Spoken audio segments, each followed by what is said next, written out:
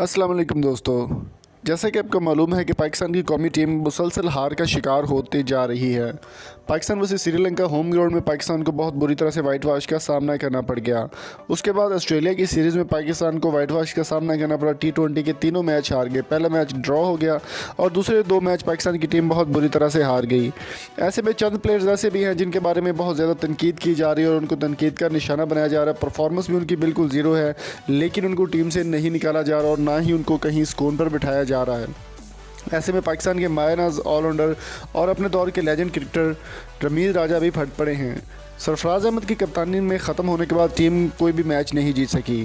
T20 के कप्तान सरफराज अहमद का कहना है कि उनको अगर वापस ला जाए तो टीम को किसी दोबारा से बुलंदियों पर पहुंचा सकते हैं। याद रहे कि पाकिस्तान की टीम चैम्पियन ट्रॉफी जो थी वो भी सरफराज अहमद की कप्तानी में ही जीती थी, इंडिया को मैच हरा कर, जो कि एक प्राउडेबल मूवमेंट था।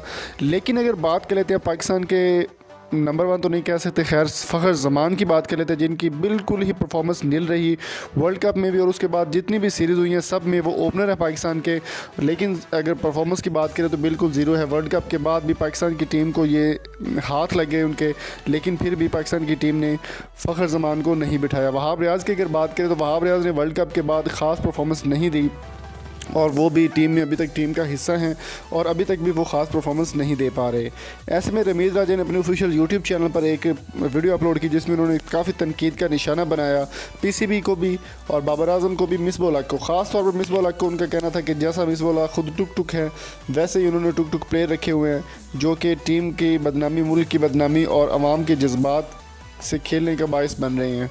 रमीज़ राजा का कहना था कि फौरी तौर पर टीम से फ़खर ज़मान, हारिस सुहेल और मोहम्मद इरफान को निकाला जाए। वहाब रियाज़ की अगर बात करें तो वहाब रियाज़ की कुछ परफॉर्मेंस कहीं कहीं पर अच्छी हैं, तो उनका कहना था कि वहाब रियाज़ को चलो कबूल किया जा सकता है, बंदा एक दफ़ा परफॉर्मेंस नहीं दे पाता तो कोई बात नहीं, चल जाता है, लेकिन मुसलसल परफॉर्मेंस ना देना टीम के ऊपर बोझ बनने जैसा है। जैसा कि फ़खर ज़मान और हारिस सुहेल की अगर बात करें, हारिस सुहेल ने काफ़ी अच्छी परफॉर्मेंस दी थी वर्ल्ड कप में, लेकिन फ़खर ज़मान पाकिस्तान के ओपनर होने के बावजूद भी वर्ल्ड कप में परफॉर्मेंस नहीं कर पाए। उनका कहना था कि सरफराज अहमद भी इतने ख़ास प्लेयर नहीं हैं, उनको हटा दिया गया, लेकिन कप्तान वो बहुत अच्छे हैं। सरफराज अहमद की अगर बात करें तो उनको T20 की कप्तानी से हटा दिया गया, लेकिन वो अभी तक कोई भी मैच, किसी भी सीरीज़ के स्क्वाड का भी हिस्सा उनको नहीं बनाया जाया गया, जो कि अभी तक रेस्ट पर हैं।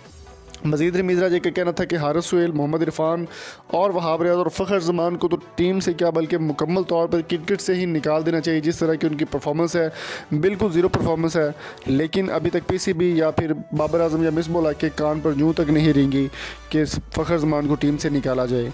तो आप किस बारे में क्या राय है कमेंट बॉक्स में अपनी कीमती राय से हमें ज़रूर आगाह कीजिएगा कि फ़खर ज़मान, हारिस सुहेल और मोहम्मद इरफान में से आप किसको टीम में देखना चाहते हैं और किसको निकाला जाना चाहिए। मज़ीद बाबर आजम के बारे में भी काफ़ी अच्छी परफॉर्मेंस मिल रही है उनकी और काफ़ी जो है पॉजिटिव रिस्पांस आ रहा है बाबर आजम के हवाले से, लेकिन हारिस सुहेल, मोहम्मद इरफान और फ़खर ज़मान को टीम से निकाले जाने का मुतालबा किया जा रहा है। शाहिद अफरीदी ने भी कुछ दिन पहले ये पोस्ट की थी कि बाबर आजम को चाहिए कि फ़खर ज़मान को टीम से निकाल दिया जाए। तो आप किस बारे में क्या राय है कमेंट बॉक्स में कीमती राय से ज़रूर आगाह कीजिएगा और अगर आपको वीडियो अच्छी लगी तो चैनल को सब्सक्राइब करें, शेयर करें और वैल्यूएबल फीडबैक से ज़रूर आगाह करें और वीडियो को लाइक करना ना भूलिएगा। मिलेंगे आपसे नेक्स्ट वीडियो में। Thank you so much. अल्लाह हाफिज़।